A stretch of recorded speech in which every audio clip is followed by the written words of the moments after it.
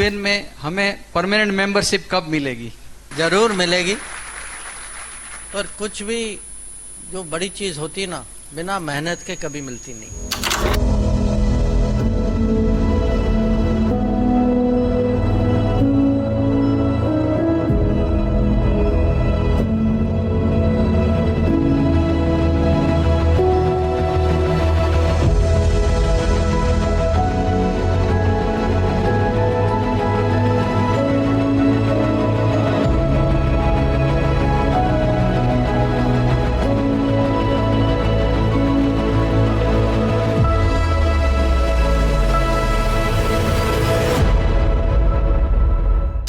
Youth के ओर से ज्यादा क्वेश्चन ऐसे आए थे कि यूएन में हमें परमानेंट मेंबरशिप कब मिलेगी? जरूर मिलेगी, जरूर मिलेगी, पर कुछ भी जो बड़ी चीज होती ना, बिना मेहनत के कभी मिलती नहीं।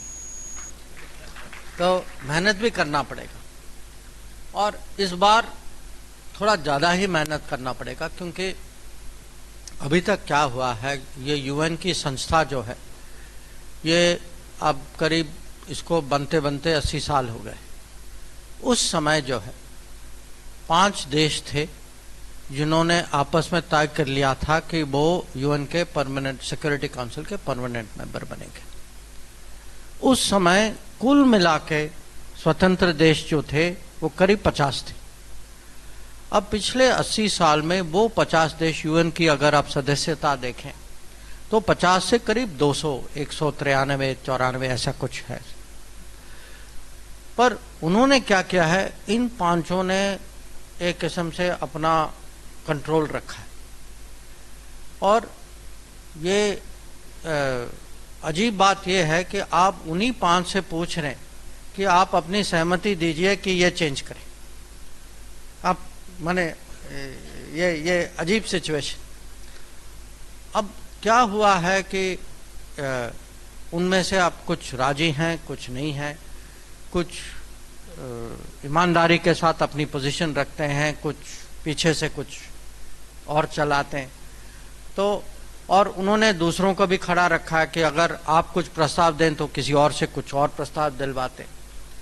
तो ये सालों से चल रहा है। पर अभी मुझे लगता है कि दुनिया में ये भावना की चेंज होना चाहिए, और चेंज में भारत को परमानेंट सीट मिलना चाहिए। ये भावना जो है ये मैं हर साल में देख रहा हूँ कि ये भावना बढ़ रही है। और इसके कारण आज कल एक सुनवाई हो रही है, एक नेगोशिएशन चल रहा है, जिसमें अलग अलग देश जो हैं अपना पक्ष रख रहे हैं कि हमारे मन में ये आइडिया है कि ऐसा होना चाहिए।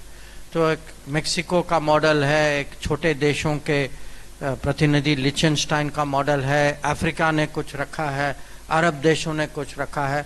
हम जो है भारत, जापान, जर्मनी और ब्राज़ील, हम 4 जो हैं मिलजुल के हमने एक प्रस्ताव सामने रखा है।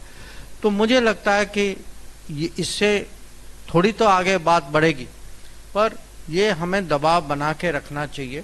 और जब ये दबाव बढ़ता जाएगा और लोग देखेंगे कि जब तक ये देश नहीं आए, क्योंकि अभी दुनिया में ये फीलिंग है कि यूएन बहुत कमजोर हो चुका है, कि यूएन की कहीं चलती नहीं है। यूक्रेन युद्ध में यूएन में डेडलॉक हो गया था। अभी जो इजराइल गाजा में जो चल रहा है, वहाँ भी यूएन की सहमति नहीं बनी इसमें। तो मुझे लगता है कि जैसे ये फीलिंग बढ़ता जाएगा, हमारे लिए जो सीट मिलने की संभावना जो है वो भी बढ़ती जाएगी।